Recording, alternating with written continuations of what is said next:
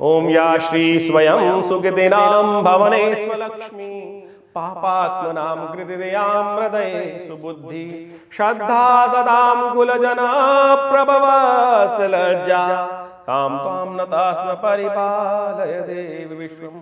नमस्कार, स्वागत है आपका आचार्य वाणी में। मैं आचार्य डॉक्टर विक्रमादित्य आपके साथ हूँ और आज का विषय हमारा जो है वो है तुला राशि वालों के लिए ग्रहों का योगायोग क्या कहता है। तुला राशि वालों के लिए मार्च के मध्यकाल में ग्रहों की गणना कहाँ उनको ले जा रही है, ग्रहों का योगायोग क्या कुछ उनके जीवन में करने वाला है। देखिए, मार्च के मध्यकाल में ना एक कई प्रकार के योग बन रहे हैं, कई ग्रह परिवर्तन की तरफ जा रहे हैं।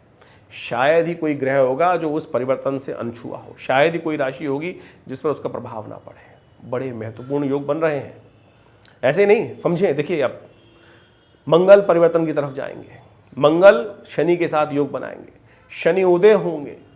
शुक्र के साथ जो योग बनेगा वो विशेष तौर पर वो आप मंगल के साथ जाकर और एग्रेसिव कर देंगे शनि को। और ऐसे में सूर्य परिवर्तन की तरफ जा रहे हैं, सूर्य राहु के साथ युति बना रहे हैं, बुध उदय होने जा रहे हैं, चंद्रमा परिवर्तन का योग बना रहे हैं। ये सारे परिवर्तन आपके साथ क्या खेल खेलने वाले तुला राशि वालों, विशेष तौर पे आपको समझने की जरूरत है।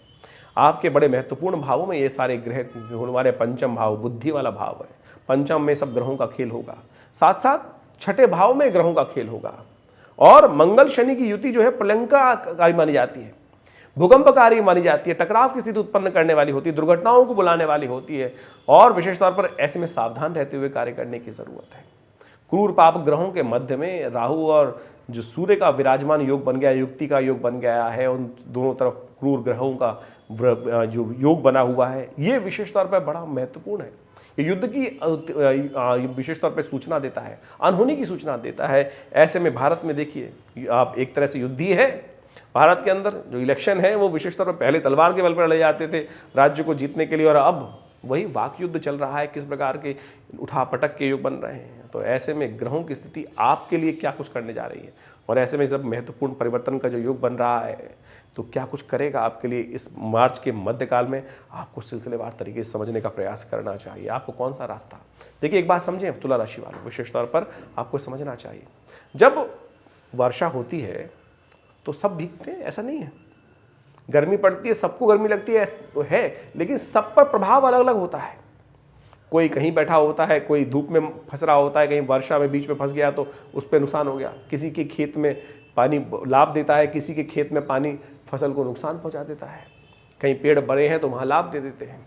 तो ऐसे ही किसी ने कोई एक प्रकृति घटना है, वो किसी के लिए अच्छी है, किसी के लिए खराब है। तो ये परिवर्तन आपके लिए क्या कुछ करने वाला है, जो इतने सारे परिवर्तन हमने बताए, तो सिलसिलेवार तरीके से समझ लें तुला राशि वालों।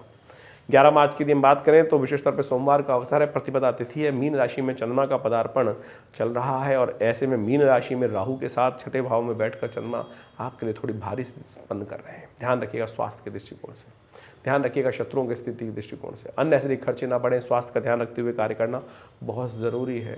देखिए, ये उपाय करना बहुत ज़रूरी है, इस बात का ध्यान रखिएगा। फागुन का शुक्ल पक्ष इस दिन से आरंभ हो रहा है और प्रतिपदा थोड़ी देर के लिए द्वितीया का आगमन हो जाएगा, शाम को चंद्र दर्शन होंगे। तो आने वाले समय में अपने को ठीक करने के लिए चंद्र दर्शन करके यदि बड़े माता पिता का आशीर्वाद ले लें आप, और विशेष तौर पर गुरुजन का आशीर्वाद दे लें, गौ पूजन कर लें, इनमें से कुछ भी उपाय कर लेंगे ना, तो इस दिन आने वाले बहुत बढ़िया इस पक्ष में आपके नेगेटिव प्रभावों को दूर करने के लिए सबका आशीर्वाद मिल जाएगा। आशीर्वाद ही है जो कल्याण करता है, अन्यथा यदि आशीर्वाद के बिना कार्य करने का प्रयास करोगे ना, तो दुर्योधन के पास क्या कुछ नहीं था, वीर था, सब कुछ था, लेकिन आशीर्वाद नहीं था। तो आशीर्वाद ग्रहण करने का प्रयास करो, सब कष्ट दूर हो जाएंगे, और कष्ट दूर होते ही कल्याण का मार्ग, आनंद का मार्ग प्रशस्त होगा।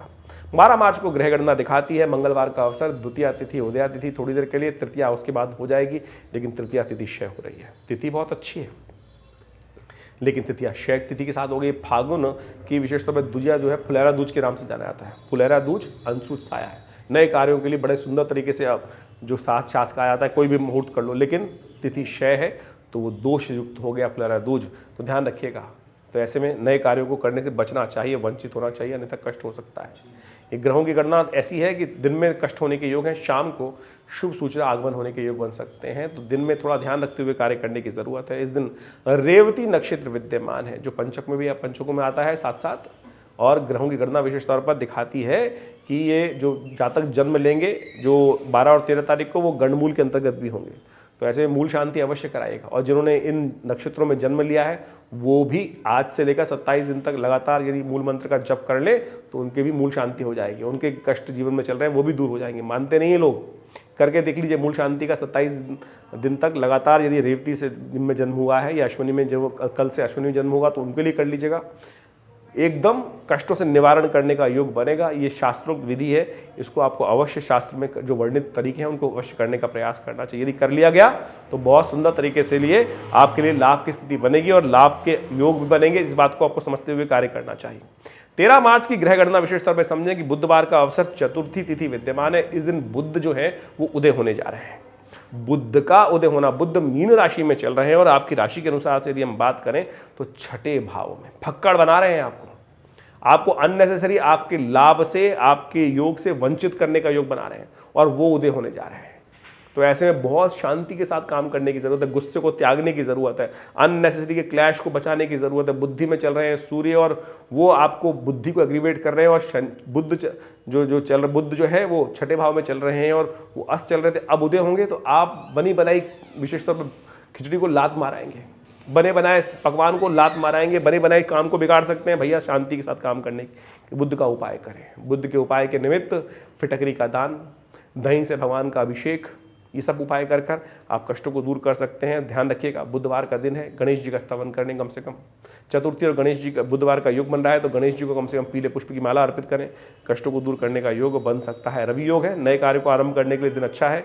सुबह से लेकर करीब करीब शाम को 6:24 तक ये योग बनेगा तो इसको लाभ लेते हुए कार्य करें। 14 मार्च के दिन बृहस्पतिवार का अवसर पंचमी तिथि विद्यमान है और ग्रहों का योग आपके लिए बड़ा अनुकूल बना हुआ है। चंद्रमा के साथ बृहस्पति का योग जो बन रहा है ये आपके लिए अच्छा है, ये आपके लिए विशेष तौर पर बड़ा महत्वपूर्ण योग बना रहा है, नए विचारों को उदय कर रहा है, लाभ की स्थिति प्रशस्त कर रहा है, तो इसका लाभ आपको पूर्ण लेते हुए कार्य करने का प्रयास करना चाहिए। लेकिन सूर्य इस दिन परिवर्तन की तरफ जा रहे हैं।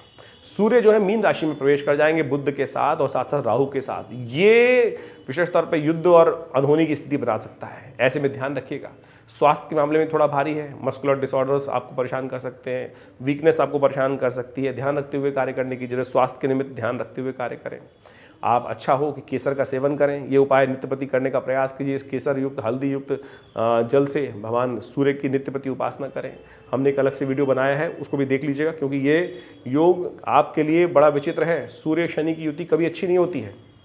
सूर्य और विशेष तौर पर राहु की युति जो है वो कष्ट देने के योग बनाती है। सूर्य राहु की युति जो है विलंब देती है, स्टेबिलिटी में कमी लाती है। और ये महीने में जो योग बन रहा है इस समय में, खर मास के समय योग बना है, ये किसी प्रकार भी ठीक नहीं है।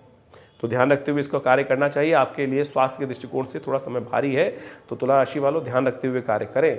अच्छे मल्टीविटामिन, थोड़ा सा तेल मर्दन का उपयोग, तर्पण का प्रयोग, ये सब करने का आपको प्रयास करना चाहिए। इससे आपके कष्टों को दूर करने का योग बनेगा। 15 मार्च को ग्रहों की स्थिति दिखाती है, मंगल परिवर्तन का योग बना रही है। मंगल कुंभ राशि में जा रहे हैं, चतुर्थ भाव से निकलकर पंचम भाव में जा रहे हैं मंगल, और ये आपके विद्या अध्ययन के क्षेत्र में बहुत सारी चीज़ों में लाभ देने की स्थिति बना सकते हैं। आपके लिए रुके हुए काम को पूर्ण करने के योग बना सकते हैं। तो ऐसे में आज तो मंगल परिवर्तित हो गए, लेकिन कल शनि उदय होने वाले हैं, वो आपके लिए थोड़ा ध्यान करना पड़ेगा, वहाँ क्लैश देगा। लेकिन अभी 2 दिन के लिए मंगल का परिवर्तन आपके लिए कहीं ना कहीं कुछ नए कार्यों का आरंभ करने की सूचना दे रहा है, लेकिन थोड़ा मन बंधन में रहेगा, क्योंकि चंद्रमा अष्टम भाव में चले गए हैं। वहाँ मन के बंधन को आपको ध्यान रखते हुए कार्य करने का प्रयास करना चाहिए। ऐसे में कुछ ब्राह्मणों की सेवा करें, विशेष तौर पे अच्छा रहेगा। माँ भगवती के निमित्त कोशिश ये करें, आप उनके लिए मखानों का दान कर सकते हैं, मखानों की खीर बनाकर भोग लगा सकते हैं, इससे लाभ, गौ पूजन कर सकते हैं। ये सब उपाय करने का प्रयास कीजिए, अच्छा होगा। 16 मार्च को शनिवार का अवसर और शनि होने जा रहे हैं उदय। सर्वार्थ सिद्धि योग साथ में विद्यमान है और ये शनि का उदय होना विशेष तौर पर कई प्रकार से आपके लिए अच्छा भी है, लेकिन मंगल के साथ जो शनि की युति बन गई है ये कष्टकारी है। शनि उदय होकर आपके लिए तो योग कारक है, शनि तो शुभ है ही नहीं आपके लिए। अस्त चल रहे थे तो शीर्ण थे, अब शनि हो गए प्रबल, लेकिन मंगल के साथ शनि की युति जो है वो द्वंद्वात्मक स्थिति उत्पन्न कर सकती है। तो ऐसे में थोड़ा शांति के साथ, शालीनता के साथ काम करने की ज़रूरत है। बहुत ज़्यादा आप विशेष तौर पर जल्दीबाजी ना कीजिएगा। शनि धीरे धीरे काम करते हैं, मंगल एग्रेसिव है, बहुत जल्दी जल्दी परिवर्तन करने के योग बनाते हैं। बुद्धि में जल्दबाजी ना करें, जल्दी काम होता है शैतान का, इस बात का ध्यान रखते हुए कार्य करने की ज़रूरत है। शनि को प्रसन्न करने के लिए और मंगल को शांत करने के लिए क्या उपाय किया जाए? हमारे दृष्टिकोण से सबसे श्रेष्ठ उपाय है कि हनुमान जी की आराधना, सुंदरकांड का पाठ लगातार, जो शतबार पाठ पढ़ जोई छूटई बंद महासुख होई। कहा गया ना, और देवता चित्त न धरई हनुमत से ही सर्व सुख करई। तो हनुमान जी की आराधना करने का प्रयास कीजिए, देखिए सुंदर होगा, कल्याण का योग बनेगा, सर्वार्थ सिद्धि योग विद्यमान है, आखिरी मुहूर्त है। और क्योंकि कल से विशेष तौर पर अगले दिन से होलाष्टक आरंभ हो जाएंगे, तो नए कार्य आरंभ करने के लिए शाम को 4:30-5 बजे तक मुहूर्त रहेगा, उसका लाभ ले लीजिएगा। 17 मार्च को रविवार का अवसर है और रविवार के अवसर के साथ साथ अष्टमी तिथि विद्यमान है, होलाष्टक आरंभ हो रहे हैं। सुबह सुबह चंद्रमा परिवर्तन की तरफ चले गए हैं और जो विशेष तौर पर आपके लिए आपके ग्रह गणना के अनुसार से अच्छे रहेंगे। धर्म में आपकी आस्था जागेगी, धर्म में आस्था जागने से लाभ ही होता है, कष्ट नहीं होता है। धर्म में आस्था जागेगी, कहीं धर्म यात्रा हो सकती है, दर्शन हो सकते हैं, संत महात्माओं का आशीर्वाद मिल सकता है, वो सब आपके लिए कल्याणकारी रहेगा। लेकिन होलाष्टक आरंभ हो रहे हैं जो 17 से आरंभ होकर 25 तक चलने वाले हैं, ये दिन माने जाते हैं अशुभ। ऐसे में नेगेटिव कार्यों को करने के लिए दिन अच्छे होते हैं, यानी तंत्र की दृष्टिकोण से किसी का अहित करना है, उठापटक करना है, वशीकरण, मारण, मोहन इत्यादि सब करने के लिए योग बनते हैं। तो ऐसे में छोटे छोटे उपाय शास्त्र में वर्णित हैं। बहुत सारे नेगेटिव लोग इन सब का सहारा लेकर लोगों को परेशान करने का योग बनाते हैं, तो आपको सावधान हो जाना चाहिए। देखिए, पत्थर मारने वाले को रोकना बड़ा मुश्किल है, लेकिन हम अपनी रक्षा के लिए रक्षा कवच बहुत सारे लोग बनाने का प्रयास करते हैं और शास्त्र में इसका वर्णन है। हर प्रार्थना करने के लिए हर देवता के अपने अपने कवच बनाए गए हैं। दुर्गा कवच, हनुमान कवच, शिव कवच, विष्णु कवच, ये सब जो भी पूजा पाठ की जाती है उसमें कवच का धारण किया जाता है। जिनमें भी आपकी श्रद्धा है उस कवच का स्तवन कर लीजिए। देखिए, वो हमेशा, जैसे दुर्गा कवच है, वो भी आपके लिए बड़ा कल्याणकारी रहेगा। लेकिन हमने इस स्थिति को समझते हुए, क्योंकि रविवार का अवसर है, हमने विशेष तौर पर भगवान बटुक भैरव जी के निमित्त यज्ञ रखा है 8 दिन का। भैरव जी का मंत्र है ओम ह्रीं बटुकाय आपद उद्धारणाय कुरकुरु बटुकाय ह्रीं स्वाहा। यदि आप इन 8 दिनों तक नित्य प्रति 108 बार भी कम से कम इस मंत्र का जप करते हुए यज्ञ करेंगे खीर के द्वारा, तो देखिए, कहा जाता है कि कैसी भी कष्ट हो उनको दूर करने के योग बन सकते हैं, कोई आपका अहित नहीं कर सकता है। तो रविवार का दिवस है, हमने विवेकानंद योगाश्रम में सुंदर यज्ञ का आयोजन किया है। इस रविवार वाले यज्ञ से आरंभ होकर आप उस यज्ञ में सम्मिलित हो सकते हैं। रविवार के दिन जो कार्यक्रम रहेगा, नंबर्स आपके सामने स्क्रीन पर हैं, आप अपने निमित्त भी करा सकते हैं, अपने परिवार के निमित्त, अपने व्यवसाय की रक्षा करने के लिए इस मंत्र का सानिध्य लें। देखिए, लाभ प्राप्ति के योग बनेंगे। चंद्रमा बहुत सुंदर ग्रह योग बना रहा है, लाभ की स्थिति करेगा। 18 मार्च को ग्रह गणना आपके लिए अनुकूल है, सोमवार का अवसर है, 9वीं तिथि है। आपके मार्ग में, कार्यों में अच्छे पॉजिटिव चेंजेस आने के योग बन सकते हैं, बट क्लैश से बचना है, क्योंकि बुध राहु के साथ स्थित होकर अष्टम जो छठे भाव में बैठे हुए हैं, ये कहीं ना कहीं बने बनाए काम को खराब करने के योग बना सकते हैं आप अपनी बुद्धि के द्वारा, क्योंकि बुद्धि इस वक्त अस्त चल रही है। ध्यान रखिएगा, आपके बुध जो है वो विशेष तौर पर जो ग्रह सूर्य के साथ चल रहे हैं, अस्त तो नहीं है, लेकिन ग्रहों की स्थिति अच्छी नहीं बन रही है, तो उनका ध्यान रखते हुए कार्य करना है। थोड़ी जो गुरु का उपयोग करने का प्रयास करें, गुरु के सानिध्य में रहते हुए कार्य करने का प्रयास करें और ज्ञानवान व्यक्तियों का सहारा लेंगे तो अच्छा रहेगा, आपके लिए अच्छा योग बनेंगे। शिव का ध्यान करें, शिव का पूजन करें, कल्याणकारी रहेगा। 19 मार्च को मंगलवार का अवसर, दशमी तिथि, कर्क राशि में चंद्रमा का प्रवेश होगा और ये आपकी राशि के अनुसार से अच्छा योग बनाता दिखाई दे रहा है। आपके कार्यों की कद्र होगी, आपके कार्यों का पूर्ण लाभ आपको प्राप्त करने के अवसर बन सकते हैं। ग्रह अच्छा है, लेकिन बाकी सारे ग्रह भारी हैं, तो उन सब का उपाय लगातार करने की ज़रूरत है। हम फिर कहेंगे आपकी राशि के अनुसार से आपको हनुमान जी का सानिध्य लेना चाहिए, क्योंकि हनुमान चालीसा में एक लाइन आई है जो हमने थोड़ी देर पहले बोली थी, और देवता चित्त न धरहि हनुमत से ही सर्व सुख करहि। तो फिर क्यों चिंता कर रहे हो? तो हनुमान जी का सहारा दीजिए। मंगलवार का दिन, फिर किसी और चीज़ में क्यों फंसना है? इसी तरीके से इनका उपाय करने का प्रयास कीजिए, कष्ट दूर होंगे। 20 मार्च की बड़ी बात करें तो बुधवार का अवसर, एकादशी तिथि, और एकादशी बेहद खास है। इन दिनों ग्रह थोड़े भारी चल रहे हैं, सूर्य आपके छठे भाव में चल रहे हैं, और ऐसे में आमला एकादशी आई, अमला एकादशी, ये आपके समस्त कष्टों को हरने के लिए आई है, ऐसा मान लीजिए। इस दिन भगवान विष्णु का पूजन करना चाहिए। भगवान विष्णु को, शालिग्राम जी को पूजन, पंचामृत से पूजन करने के उपरांत, उनका स्नान कराने के उपरांत भगवान का प्रसाद ग्रहण करना चाहिए। आंवला उन्हें अर्पित करें, आंवले का प्रसाद ग्रहण करें, आंवले के पेड़ का पूजन करें और आंवले के पेड़ के नीचे ही बैठकर ओम नमो नारायणाय इस मंत्र का जप करते हुए उस आंवले का भक्षण कर लीजिए। कैसी भी विकट से विकट समस्या हो, भगवान के आशीर्वाद से उसको दूर करने का रास्ता आपको प्राप्त होगा। ये है भारतीय संस्कृति का चमत्कार, अध्यात्म का चमत्कार। तो ऐसे सब चीज़ों को सानिध्य लेते हुए धीरे धीरे कार्य करने का प्रयास कीजिए। ईश्वर के आशीर्वाद से कल्याण के युग बनेंगे, कष्ट दूर होंगे। यही हम सबकी विशेष तौर पे उद्देश्य है, जो आपके समक्ष सब बातें रखी जाती हैं।